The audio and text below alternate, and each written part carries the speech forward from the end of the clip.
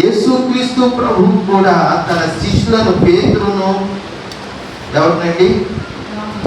పేతురుని, యోహానును, యాకోబును, పేతురు, యోహాను, యాకోబును ఏ కొండ దగ్గరికి తీసుకెళ్ళాడు? యాకాంత అనుభవంలోనికి నడిపించడానికి, ఆయన రూపాంతరపు అనుభవంలోనికి నడిపించినటువంటి స్థలంలో మనం చూడగలుగుతాం.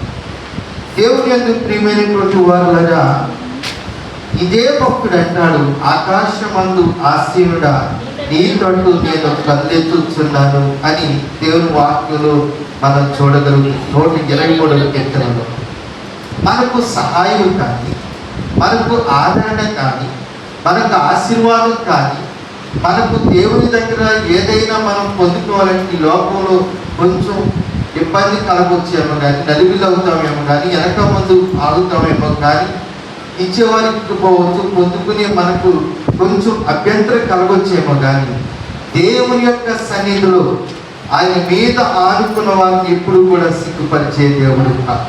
ఆ నగ్న సత్యాన్ని ఎరిగిన దావీదంటాడు, నేను కొండల తట్టు కళ్ళెత్తుచున్నాను, నాకు సహాయము ఎక్కడ నుండి వచ్చి అంటూ ప్రశ్న ఆయనే, ఆన్సర్ ఆయనే.